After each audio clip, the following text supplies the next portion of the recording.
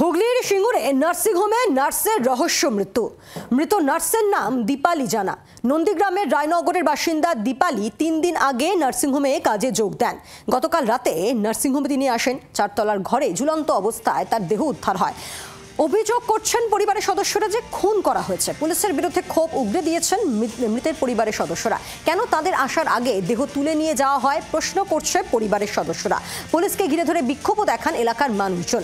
মৃতের বাবা মা রাস্তায় বসে পড়েন। পুলিশের সামনে এলাকার মানুষজন রাস্তা অবরোধ করে বিক্ষোভও দেখান। ওরা বলছে গলায় দড়ি নিয়েছে, ওই ফার্স্ট যেটা টার্গেট, আর কোনো কিছু না। ওইটাই যাব। আপনার কি বক্তব্য? আমার বক্তব্য, আমার মেয়ে সুসাইড করে না, আর গলায় দড়িও নেয় না। এরা প্ল্যান মাফিকভাবে মেরে রাতের অন্ধকারে পুলিশের সঙ্গে হাত মিলিয়ে টাকা খাইয়ে লাশটাকে গায়েব করেছে। মানে অতএব এর আমি ময়না তদন্ত চাইছি। আমি বলবো তো এটা ও নিজের, ও আমার কোনো কিছু বলেইনি অ্যাকচুয়ালি।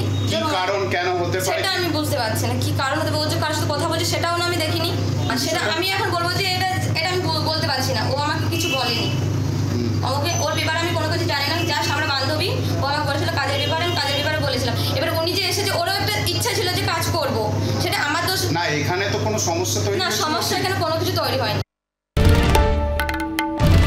বাংলার আওয়াজ, বাঙালির আবেগ, জি 24 ঘন্টা।